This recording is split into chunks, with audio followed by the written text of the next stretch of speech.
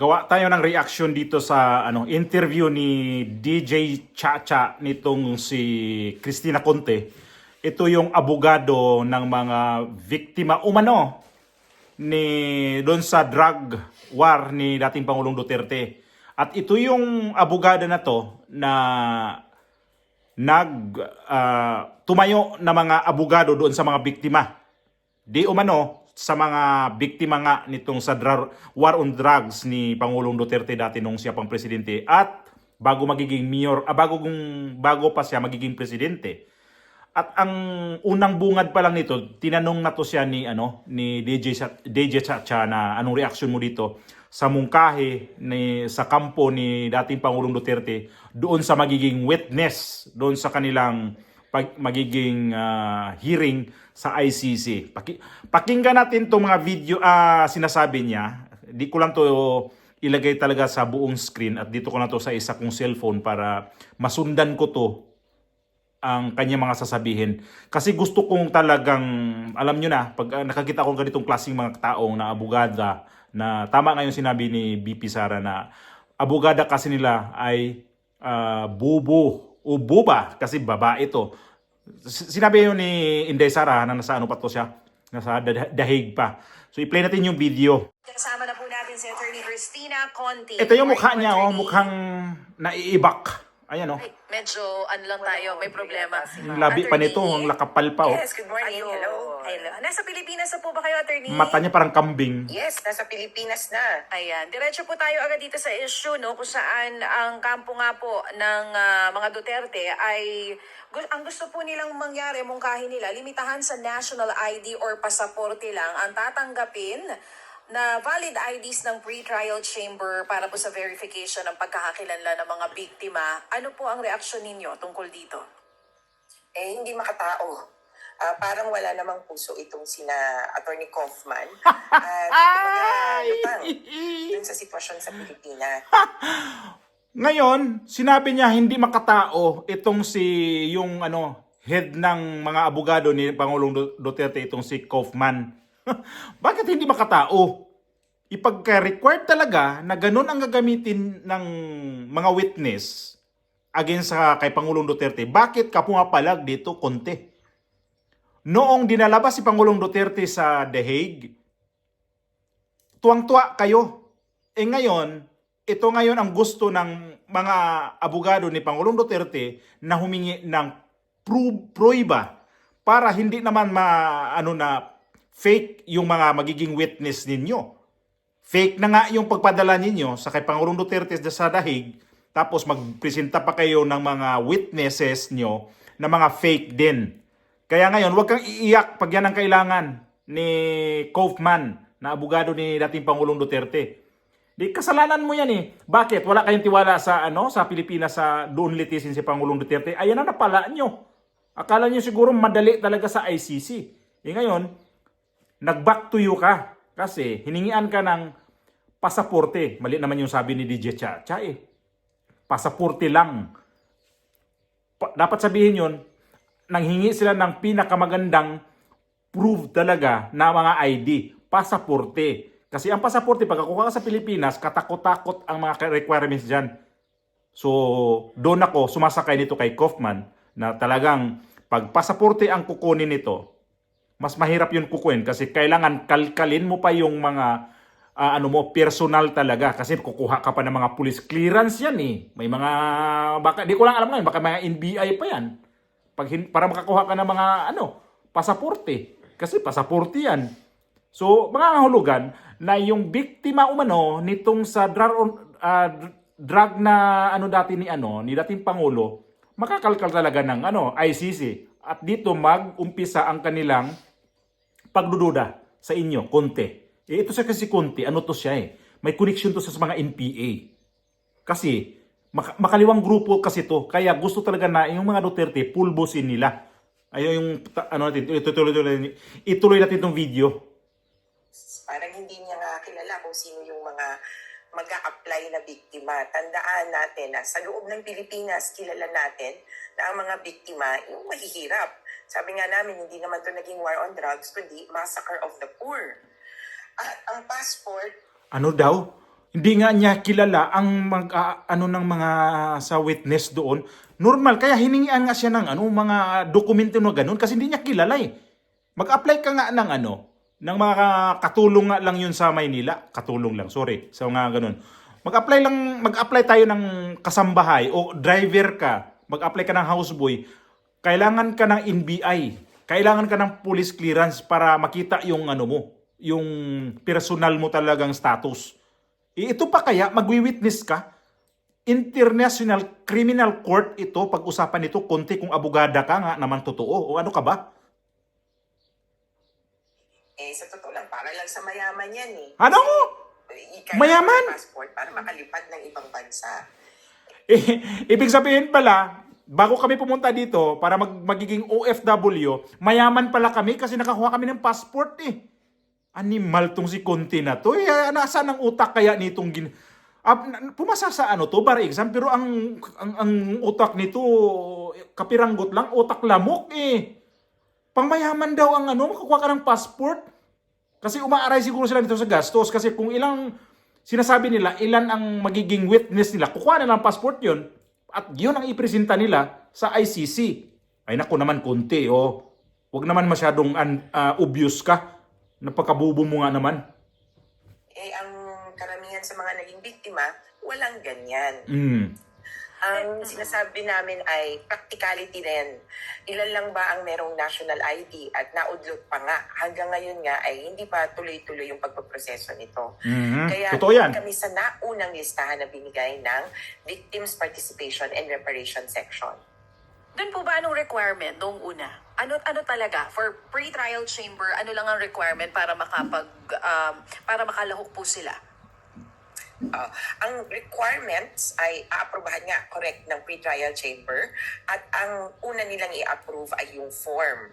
So nauna na merong na-submit Anong daw form? na household application form na ginamit nila sa dating mga kaso ng CONI tapos parang sa ONGWEN. Ang household application form ay pwedeng i-fill up ng buong bahay imbis ng paisa-isa. Pangalawa, Putulin ko muna siya doon. Pag ganun pala ang kailangan, may posibilidad na magiging fake ang mga ganun na mga ipresenta nilang mga O sige, magpresenta tayo ng mga 30 o 20 mil o 30 mil. Ito yung ipapasa natin doon. So tama yung kay Attorney Kaufman. Magbigay kayo ng proof talaga na itong passport ay hindi pwedeng sabihin na dinaya yan. Yung mga sabi nito, mga parang form lang, paano yun? Tatanggapin sa sa korte? Ano ba yan? Nag-endorse kayo, nagpadala kayo ng tao doon na doon nyo litisin si dating Pangulong Duterte. Tapos ngayon, kayo na ngayon ang iiyak. Tapos ngayon, ang babalikan nyo, si Pangulong Duterte pa rin ang may pakana nito. Ay, nako ka naman. magsasabit kasi ng ID. At dito na nga nagkakatalo-talo kung anong klaseng ID isasubmit. And then pangatlo, kung may supporting documents or iba pang mga dokumento na dapat ibigay, nakasaad naman ito. Naasahan namin aprubahan to sa loob ng siguro April para makasimula na yung application by May. Tingnan mo yung tsura nito. So, kung sakali, Attorney Conti, kung hindi itong mga IDs na to ay ipipresenta syempre ng mga pamilya po ng biktima, anong ID po available ang po pwede kaya nilang maipresenta? At kung sakali man napayagan ito ng pre-trial chamber, may ugnayan na po ba kayo dito sa Philippine government kung posibleng mabigyan halimbawa ng pasaporte at national ID agad itong pamilya ng mga biktima? Ako po, may naisip ako. Ako, alam nyo, una sa lahat, hindi kami dun sa gagawa ka pa ng extra effort. Ang sabi namin, dapat ma-mirror kung ano ba yung sitwasyon sa ngayon. Ako po, wag naman sanang ganun na magkipag-ugnayan sa gobyerno. Yun ang sabi ni DJ Chacha. Nagkipag-ugnayan na ba kayo sa gobyerno, yung mga tungkol nga dito sa mga ID? Wag naman ho sana na yung mga ipresenta nila nito, kung ilang tao ang ipresenta nito, tapos sagot pa sa gobyerno ang pagbayad dito sa passport. O kaya sagutin sa gobyerno ang pag-issue ng passport. So ibig sabihin nito, kung sagutin sa gobyerno, maling-mali na nga yung pagpadala ni dating Pangulong Duterte dito sa Dahig. Tapos ang gobyerno pa magbabayad ng passport. Sinong magbabayad yan? Tayong mga Pilipino. Pera ng Pilipino. So ito na naman tayo. Ang gobyerno ang gagastos nito kung tutuusin. O tutuusin, kayo ang may complain dito, kayo ang may kiha nito, kayo ang gagastos niyan. Di naman ang gobyerno ang ano nito eh. Kayo ang nagpadala kay Pangulong Duterte sa dahig, kayo ang dapat kukuha ng mga requirements sa mga sa mga magiging witness nyo. Anong nangyari ngayon kay Matubato at saka kay kay Las Cañas? Sa inyo rin yun eh. Yung pamasahe nun, saan kinuha yun? Di ba may mga koreksyon na kayo? Ito si Conte, sarap to. Dakutin ba yung niya dito na magtino ka nga? Kailangan kilalanin niya ng korte at tiwala kami dahil sila ay victim-friendly court na pakikinggan nila kami. Ang sabi namin, ano bang ID na kami umitan na hawak ng tao? Yung parang maximum na o yung karamihan, UMID. Kasi kasi nandiyan yung SSS, nandiyan Maximum. yung PhilHealth. Pwede din yung paisa-isang ID ng SSS, PhilHealth, Pag-ibig. Pwede din barangay ID. Pwede din local government ID. Doon sa mga nag-eskwela, kasi pwedeng itrato yung mga anak na biktima or indirect victim ng pagkamatay ng kanilang mga magulang, pwedeng school ID. Marami pang ibang ID na kumbaga hawak na natin. At sabi nga namin, Hawak tapos ultimo, birth certificate dapat ay acceptable. doon ka talaga sa madali. Kaya lang, medyo sa Pilipinas, ang hirap kasi, para makakuha ng ID, kailangan mo ng 2 valid IDs. Para makakuha ng 2 valid IDs, kailangan mo ng ganito. Kailangan mo ng pera. Siyempre. Pero tingin namin, kung may alternatives, kumbaga, may listahan ng mga pwedeng ibigay bukod sa national ID tsaka passport. Actually, hindi naman kami kontra na pwedeng mag-submit ng passport. Bakit ka nagreklamo? Doon kami kontra sa yun lang. Yun Kaya yung lang. alternatives nakapila naman yan. Ito, speaking of ID, sa Pilipinas lang naman talaga makakita tayo na kukuha ka ng ID pero kailangan ng ID. Saan ka, isipin nyo o intindihin nyo, kuha ko ng ID ng barangay. So pagdating mo doon sa barangay, hindi ID picture ang hingiin sa'yo. May ID ho kayo, identification, kung anong-ano ka, PhilHealth, o ano-ano, SSS, kaya nga kukuha ka ng ID dahil wala kang ID. Tapos pagdating mo doon, kung saan ka pupunta, hingian ka ng ID. Ganon, kabubo ang Pilipino. Tapos, ang national ID, pag yan ang pinupursyo talaga ng gobyerno, tanggal ang problema sa lahat ng mga ID. Kasi mas, mas powerful yun. Kagaya dito sa ibang bansa, may national ID ho ang bawat bansa. Pilipinas na sigurong wala eh. Dito sa ibang bansa, pag mayroon kang residence card, yan ay tinatawag namin ditong national ID na namin. Yung pasok yun sa national ID dito sa lugar o dito sa bansa kung saan kami ngayon. Pangalawa nilang hingiin, kung mayroon kami, kung hindi kami, permanente na talaga dito, passport na. So, legal. Lahat yun, puro legal. Hindi na yung maghanap pa silang ano-ano ikan ID. So, mali sa gobyerno. Ito na ngayon ang mali sa gobyerno. Hindi ko naman kinapayan si Pangulong Duterte nito na dapat mayroon ito para mapabilis ang niya kanya. Ang bobo nito nila kasi hindi nila alam ang procedure sa ibang bansa. Ganon talaga sa ibang bansa. Pag mayroon kang ID na residence ka doon, pag ibang transaksyon ang anuhin mo doon, puntahan mo, passport na. Lalo pag involved ka na sa iyong bansa at itong mga witness mo, Conte, ako hindi ako abogado, hindi rin ako matalino, hindi rin ako mataas ang pinag-aralan. Pero naintindihan ko pagdating dito sa ibang bansa na talagang kailangan talaga ang passport na. Lalo ganyan na ang inyong pakay nito ay dudurugin si Pangulong Duterte. At natural ang kanyang abogado, hindi mga bubo. Kaya nga kumuha sila ng abogadong matitinik eh. Kasi, alam naman, kukuha sila ng abogado na kagaya ni Conte.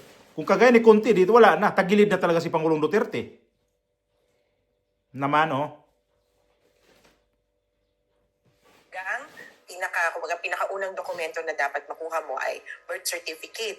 Kaso Hindi yan valid dito. Parang may 30 million na Pilipino na walang birth certificate. Hindi yan valid dito. Hindi tayo pwedeng lumugar dun sa, hindi, kumuha kayo. Sa amin po, kung ano ang hawak at ano ang pinakakayang gawin. Oy. Yun. Total, kailangan din naman. Hindi yun.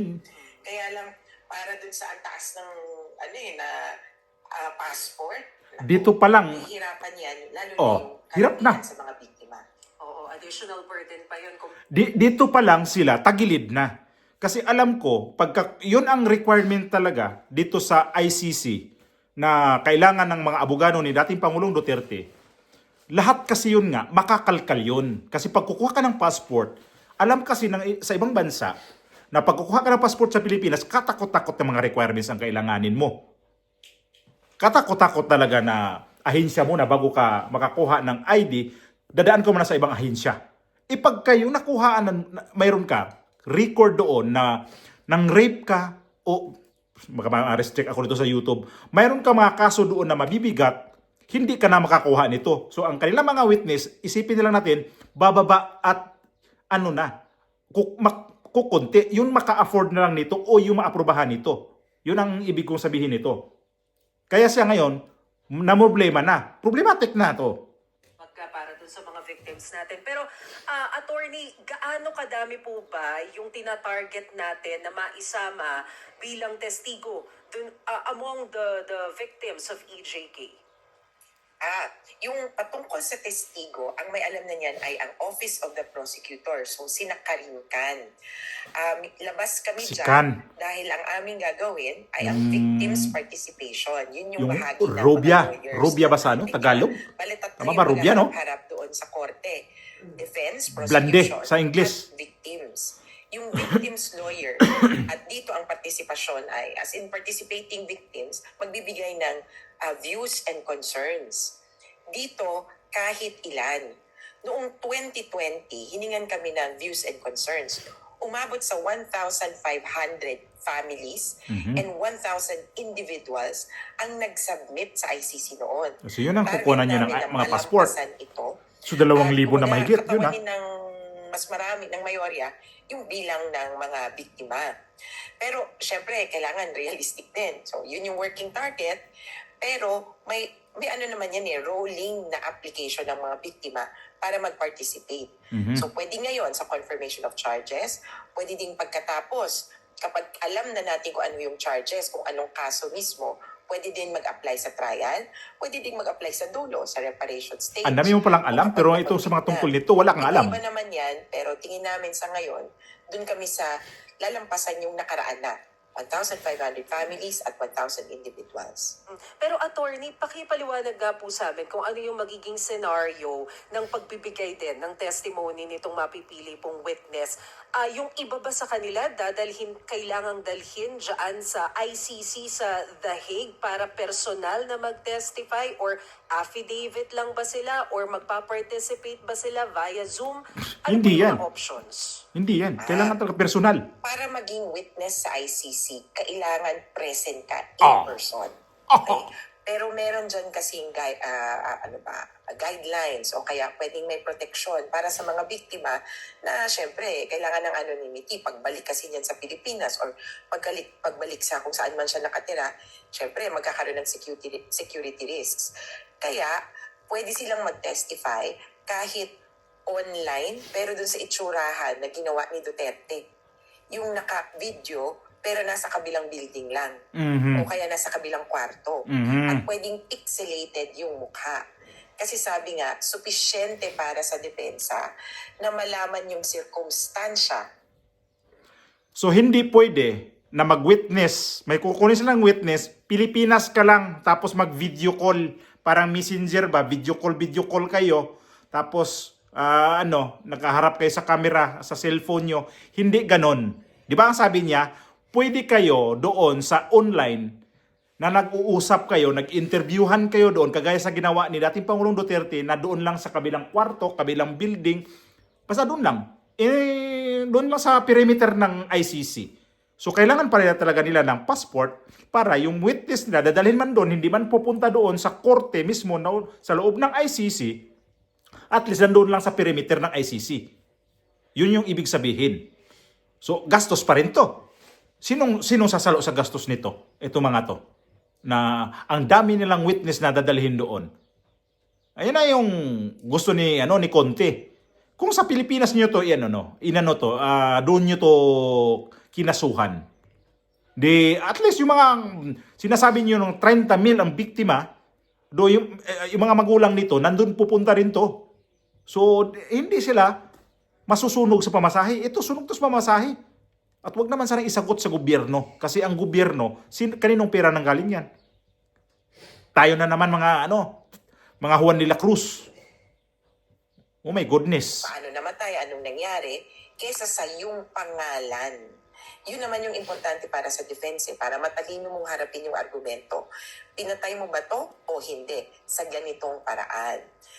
Yung ilang biktima na mapipili at malamang inaalagaan na ng ICC, ay haharap doon, dadalhin ng ICC sa kanilang expense, hindi yung sariling expense o hindi sariling gastos, o kaya gastos ng gobyerno, at kumbaga bahala ang ICC, prosecutor sa kanila. Ilinaw ko din na hiwalay or iba ang partisipasyon ng witness na biktima sa tinatawag ko na participating victim. Yung participating victim, hindi po kailangang pumunta doon. Dahil ang hinihingi sa participating victims ay interest nila, pananaw, kuro-kuro, hindi yung testimonya. Yung interest nila ang ifo-forward naming mga abogado ng mga biktima at hindi required na pumunta doon yung mga magsasalita. Okay, oo. Pero, Attorney Condi, kanina binabanggit nyo, medyo confident kayo in saying na friendly court naman ng ICC. So, itong hinihiling ng kampo ng mga Duterte na ang ipapakita lang is passport at Wag nga lang. national ID para Wag nga mapayagan lang, na Chacha. mag-testify in court. I mean, how sure are you na talagang kakatigan ng ICC ay ang mga pamilya po ng biktima dito at hindi sila madedehado? Dahil may precedent. In fact, binanggit yun nung VPRS, Victims Participation and Reparation Section, na nagawa nila ito sa dating kaso. Okay. Na ito yung listahan ng mga ID na pwedeng iharap. In fact, kukuha nga ng, parang, ano ba naman ito, mas stricto pa sa bangko ba yung ICC? Eksakto. Sa bangko nga, pwede kang magpresenta ng one valid ID or parang primary government ID and then 2 secondary IDs, di ba?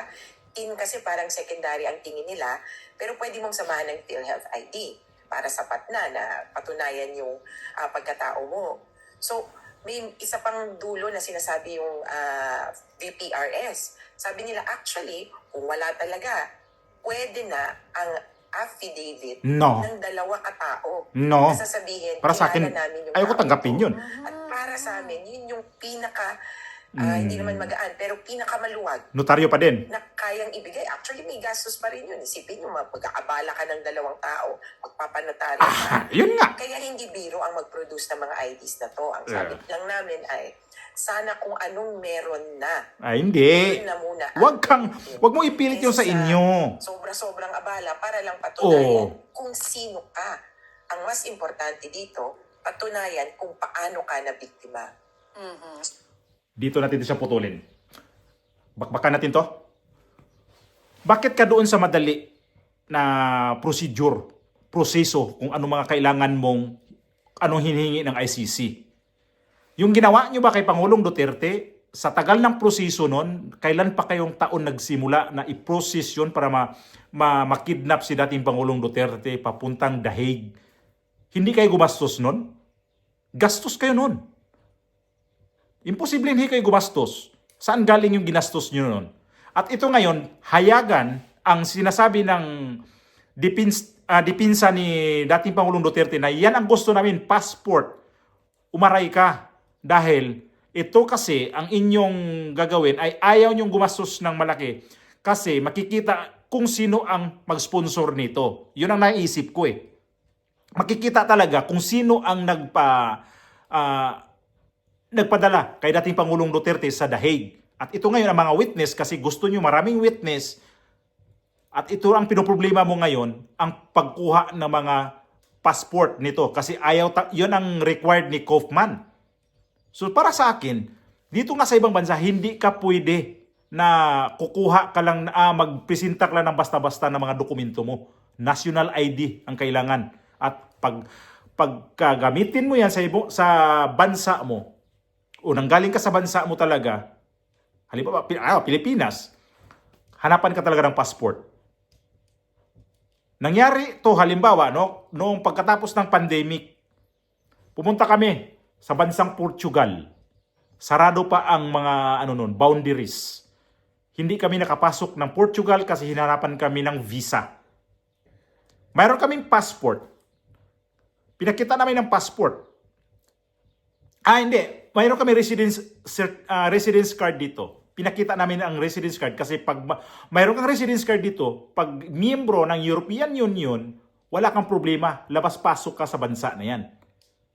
Pinakita namin ang residence card. Hindi yun valid. Kasi nga, hindi naman kami talaga totally residente na talaga dito. So hiningian kami ng passport with visa ng mga police authority ng Portugal. So ganito yun mangyayari, konti.